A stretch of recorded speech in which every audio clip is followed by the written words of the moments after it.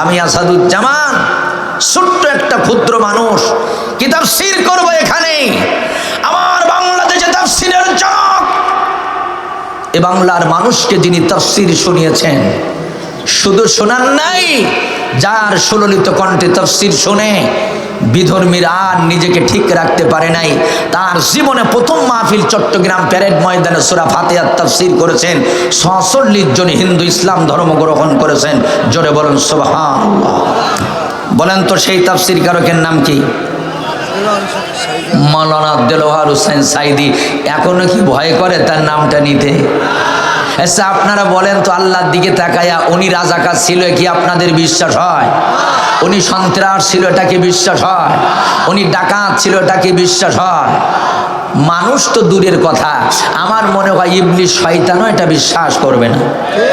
কথা বলেন ঠিক কিনা? আমার বন্ধুগণ, আল্লামা সাইদি এমন এক স্পেশাল রত্ন, এমন এক স্পেশাল তাফসীর কারক।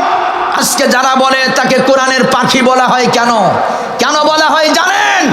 এ বিশ্বের সব বক্তাদের তাফসীর শোনেন, বাংলাদেশে সব ভাইরাল বক্তাদের ওয়াজ শোনেন, আর এখান থেকে 10 বছর 12 বছর আগে আল্লামা সাইদির ওয়াজ শোনেন, মনে হবে না বারাইশি ওয়াজ, মনে হবে না পুরনো ওয়াজ, মনে হবে যেন এক একটা তাজা তাজা মেসেজ উনি গতকালকে আমাদের দিয়েছে।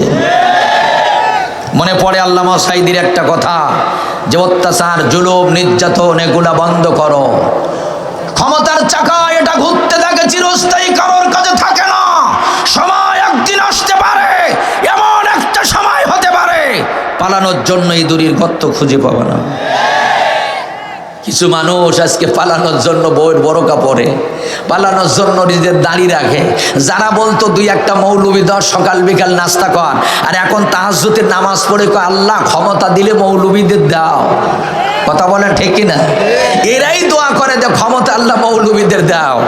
আমার বন্ধুগণ, এবার আপনারা চিল্লায় বলেন সমস্ত ক্ষমতার মালিক কে? আর একবার জোরে বলেন কে? সেই আল্লাহর বাণী মহাগ্রন্থ আল কোরআনুল কারীম থেকে যদি আলোচনা হয়, কারোর কোনো আপত্তি আছে? যদি থাকে আগে হাত দেখান, সেটারেও মামুর বাড়ি পাঠানোর ব্যবস্থা করা হবে। ঠিক কিনা বলেন? বহু অত্যাচার নির্যাতন সহ্য করেছি 16টা বছর, আর সহ্য হবে না। মনে রাখো, বাংলার জমিনে যদি 40 বছর পরে বঙ্গবন্ধুর হত্যার বিচার হতে পারে, আজও কালো আমাদের সন্তানরা হলেও আল্লামা সাইদি হত্যার বিচার এই বাংলার মাটিতে করবে। ঠিক কিনা? আমার বন্ধুগণ, সব কিছু আমাদের মনে আছে, সব কিছু মনে আছে, আমরা ভুলি নাই। তো আসুন আমরা এখন কোরআন থেকে আলোচনা করতে যাচ্ছি। তামাম পৃথিবীতে যত ধর্মীয় গ্রন্থ আছে, ত্রিপিটক, রামায়ণ, মহাভারত, জিন্দাবেস্তা, ঋগ্বেদ, সামবেদ, যজুর, বর্তব্যেদ, আমার বন্ধুগণ সব কিতাব, সব লেখক রাইটার যিনি আসেন, আপনারা বলেন তো তাদের লেখা নিয়ে কোনোদিন কি চ্যালেঞ্জ করতে পেরেছে? হ্যাঁ, চ্যালেঞ্জ করতে পারে নাই, বরং মোবাইল নাম্বার লিখে দিয়ে কয় ভুল হলে ধরাই দেবেন, উপকৃত হব। আচ্ছা বলেন তো, আল্লাহ পাকের এই বাণী মহাগ্রন্থ আল কোরআনুল কারীম, একজন বলেন তো এই কোরআনে আল্লাহ চ্যালেঞ্জ করেছে কয়টা? 3টা। জোরে বলুন কয়টা? কথা বলতে হবে। প্রথমে 3টা চ্যালেঞ্জ করেছেন এই কোরআন নিয়ে। আসুন প্রথমে আগে এই 3টা শুনে নেই। প্রথম নাম্বার চ্যালেঞ্জ হলো কোরআনুল কারীমের 16 নম্বর সূরা, সূরাটার নাম সূরাতুল বনি ইসরাইল, আয়াত নাম্বার হলো 8-এর পিঠে 8। তাহলে কত হলো? যেহেতু তাফসীর মাহফিল কোরআন থেকে আলোচনা হবে আজকে, আমার বাদ 88 নম্বর আয়াতে প্রথম নাম্বার একটি চ্যালেঞ্জ করেছেন আমার আল্লাহ রাব্বুল আলামিন। আল্লাহ রাব্বুল আলামিন ডেকে বললেন, قُلْ لَئِنِ اجْتَمَعَتِ الْإِنسُ وَالْجِنُّ عَلَىٰ أَن يَأْتُوا بِمِثْلِ هَٰذَا الْقُرْآنِ لَا يَأْتُونَ بِمِثْلِهِ وَلَوْ كَانَ بَعْضُهُمْ لِبَعْضٍ ظَهِيرًا। জোরে কোন আল্লাহু আকবার। আল্লাহ পাক বলেন, এ পৃথিবীর মানুষেরা, এ পৃথিবীর জিনেরা, আর যারা আছো তোমরা একজন আর একজনের উপকার করো, সহযোগিতা করো, আর আমার এই কোরআনের মতো আর একটা কোরআন তোমরা বানানোর জন্য চেষ্টা করো।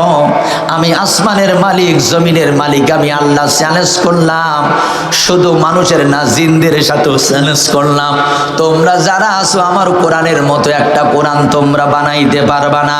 একবার জোরে বলা যাবে কি আল্লাহু আকবার?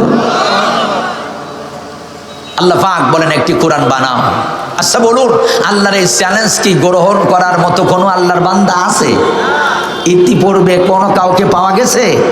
আল্লাহ পাক বললেন তো ঠিক আছে, আমি কোরআনটারে এই চ্যালেঞ্জ দিলাম, তোমাদের সহজ করে দিলাম, দেখো তো পারো কিনা। কোরআনুল কারীমের 11 নম্বর সূরা, সূরাটার নাম হলো সূরাতুল হুদ, আয়াত নাম্বার হলো 13। জোরে বলেন কত নাম্বার? এবার আল্লাহ রাব্বুল আলামিন একটু সহজ করে দিলেন। আল্লাহ রাব্বুল আলামিন ডেকে বললেন, কুল ফাতু বিআশরি সূরাতিন মিছলিহি মুফতারাআতিন ওয়াদউ মান ইসতাতা'তুম মিন দুনিল্লাহি ইন কুনতুম সাদিকিন। আল্লাহু আকবার। আল্লাহ পাক বলেন একটি কোরআন বানানো লাগবে না, তবে তোমরা যদি পারো, আল্লাহ ছাড়া যদি কোনো রব থাকে তাকেও ডেকে নিয়ে আসো। এই কোরআনের 114টা সূরা আছে, তোমরা 10টা সূরা বানাও। জোরে বলেন কয়টা? প্রথমে আল্লাহ কি বলেছিল? একটা কোরআন। এবার বললেন 10টা সূরা বানাও। আপনারা বলেন তো, ইতিপূর্বে কোরআনের 10টা সূরা কেউ কি বানাইতে পারছে? আপনাদের মনে হয় কি আগামীতে পারবে? আল্লাহ রাব্বুল আলামিন এবার আরো সহজ করে দিলেন, এ পৃথিবীর মানুষ শুনে নাও, একটি কোরআন বানানো লাগবে না, 10টা সূরা বানানো লাগবে না। তোমরা কি করো? আল্লাহ পাক 10 নম্বর সূরা সূরাতুল ইউনূসের 38 নম্বর আয়াতে সর্বশেষ আর একটা চ্যালেঞ্জ করলেন, তোমরা যদি পারো একটা সূরা বানাও। জোরে বলেন কয়টা? আল্লাহ রাব্বুল আলামিন বললেন, কুল ফাতু বিসূরাতিন মিছলিহি ওয়াদউ মান ইসতাতা'তুম মিন দুনিল্লাহি ইন কুনতুম সাদিকিন। আল্লাহু আকবার। আল্লাহ পাক বললেন একটি সূরা বানাও। কয়টা? একটি সূরা বানাও। আপনারা বলেন একটা কোরআন কেউ বানাইতে পারে নাই, 10টা সূরা তাও পারে নাই। একটি সূরা বানানোর মতো কোনো আল্লাহর বান্দা কি আছে? কোনো গবেষক, কোনো বিজ্ঞানী কি আছে? নাই। এবার বলেন এ চ্যালেঞ্জ কার? আরো জোরে বলেন কার? এটা কিন্তু কাউয়া কাদেরের চ্যালেঞ্জ না, এটা কিন্তু শামীম ওসমানের চ্যালেঞ্জ না যে চ্যালেঞ্জ একটা করলাম খেলা হবে। কি চ্যালেঞ্জ করছিল? খেলা হবে, তাই খেলবো। আচ্ছা আপনারা বলেন, ওনাদের কি এখন আর ময়দানে পাওয়া যায়? বারন্ডারিও তো পাওয়া যায়, ময়দানেও নাই, বাউন্ডারিও তো।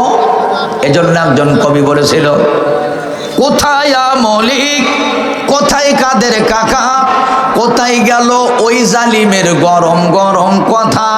ঠিক কিনা বলেন? কোথায় মলিক, কোথায় কাদের কাকা, কোথায় গেল ওই জালিমের গরম গরম কথা। খেলা হবে, খেলা হবে, খেলা হবে বলে কাকাই গেল পালাইয়া। সৈরাচার পালাইছে দেশটা ছাড়িয়া, মানুষের মুখের হাসি আসলো ফিরিয়া। জোরে কোন ঠিক কিনা? আল্লাহ তোমার দরবারেতে হাজার শুকরিয়া, আল্লাহ তোমার দরবারেতে হাজার শুকরিয়া। কাওয়া কাদের পালাইছে দেশটা ছাড়িয়া, মানুষের মুখের হাসি আসলো ফিরিয়া। জোরে বলুন ঠিক কিনা? আপনাদের হয়তো মনে থাকার কথা, আমি এই মাহফিলে গত বছর একটা উদাহরণে বলেছিলাম, আমার মনে আছে হয়তো আপনাদের নেই, যে আমাদের বাংলাদেশে মহিলাদের ডেলিভারির সময় হইলে নারীরা দাদিরা কয় ব্যথা খা, ব্যথা খা, কারণ ব্যথা যদি বেশি হয় ডেলিভারি তাড়াতাড়ি হবে। কথা বলেন ঠিক কিনা? যদি ব্যথা না ওঠে ইনজেকশন দিয়ে ব্যথা ওঠানো হয়, কারণ আমরা বাঙালি, আমাদের একটা আকীদা হলো ব্যথা যত বেশি ডেলিভারি তত তাড়াতাড়ি।